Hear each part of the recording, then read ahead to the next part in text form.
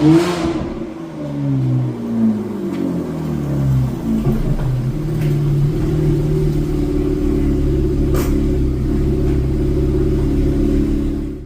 what's going on everyone? Justin here. Welcome back to my YouTube channel.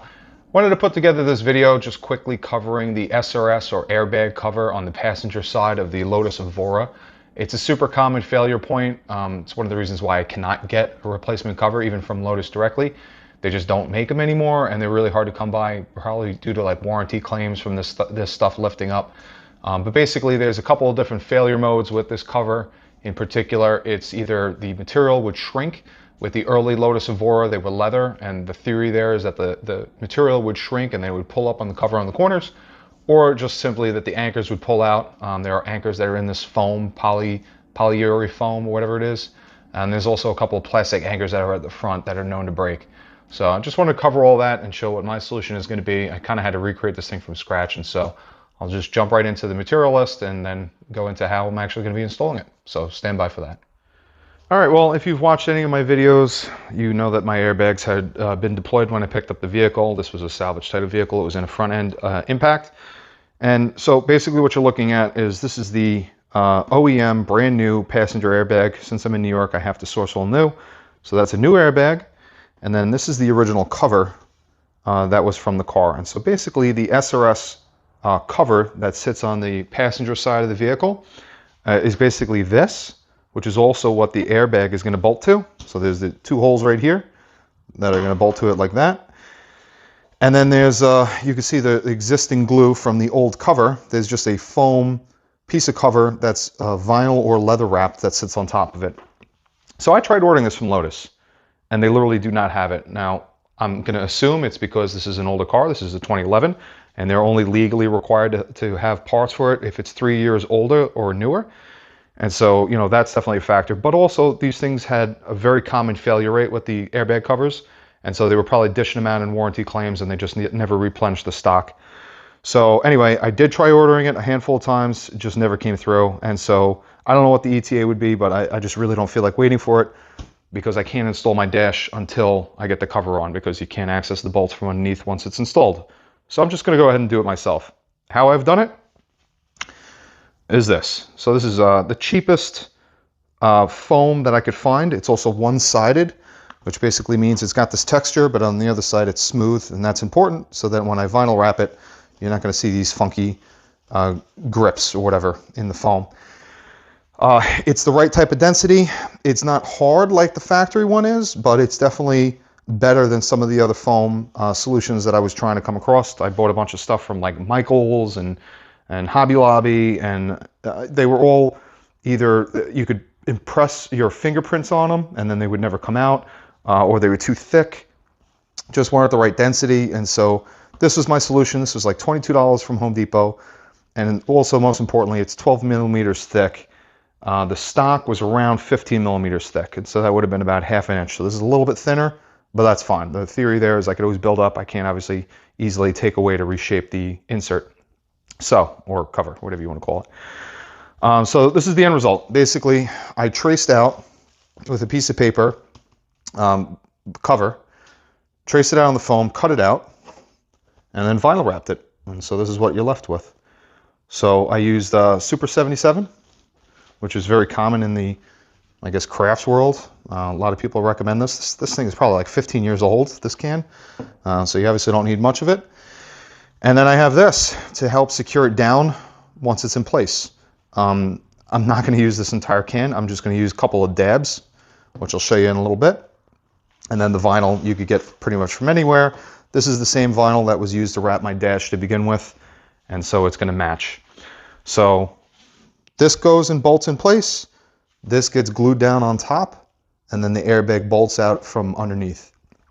So my plan is I'm going to take the great stuff, and I'm going to take my little cover here.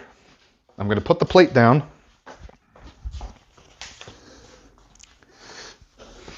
and then this is literally just going to sit and glue down on top of the plate, just like that, right? Obviously I'm going to have it pushed in. I'm not going to do that right now, but I want to be very gentle with this.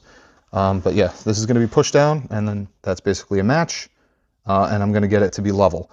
The gap, great stuff, whatever, gap filler, that's to take up this space up here. I need to add a little bit of thickness back there. And what would normally happen is you would have the 2 anchors going into the cover. I obviously don't have anchors in the cover, and so I'm just going to put 2 dabs of great stuff, probably right here and here.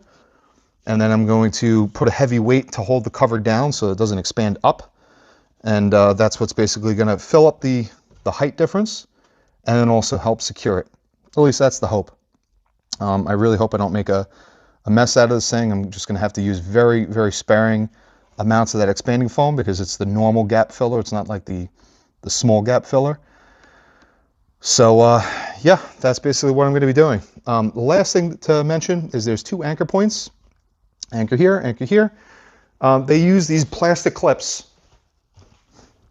I'll show you what they look like. And it also has the part number on it, I think. Once my camera spins around. You have these plastic anchors. There's the part number. I'll slap it in the description too. And basically these thread in to the cover. And then once they're threaded in, the clip part gets inserted into the holes right there and there. So you got the 2 holes.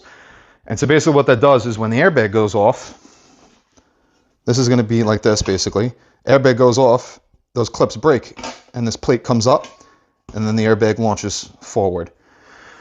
Knowing that, putting the big stuff or great stuff gap filler in the back isn't going to be in the way of the airbag, and that's important. It's not ideal, but I'm perfectly fine with this approach. I'm not using any like sharp adhesives, like hardened glue or epoxy or anything like that. It's another foam, right? And so that's why I wanted to try to play this safe. Also, I was thinking of doing a 3D printed model for this.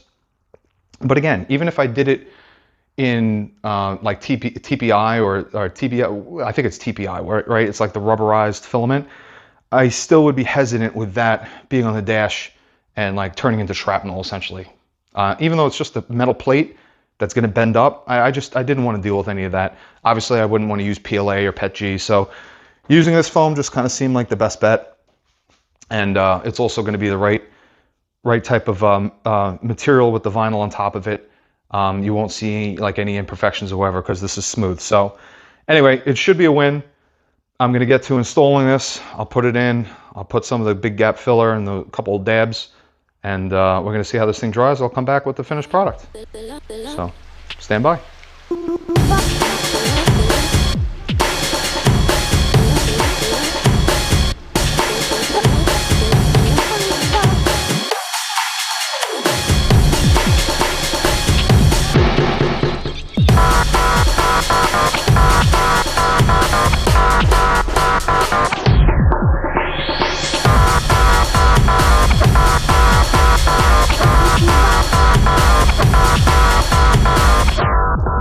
All right, well, that's one way to do it. Obviously not ideal, but it'll work.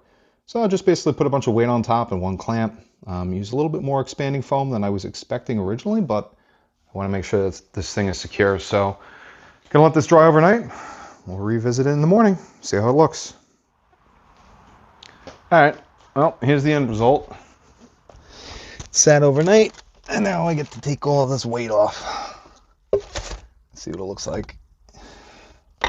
I did move things around a little bit just to make sure that it was drying evenly.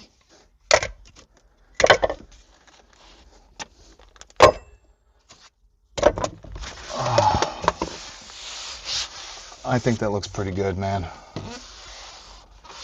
Is it perfect? No. A little pop up over here. A little spongy over here, but it is level. I'll show you what it looks like on the inside.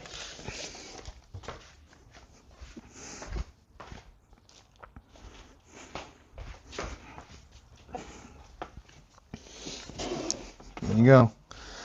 So I'll work some of these wrinkles out.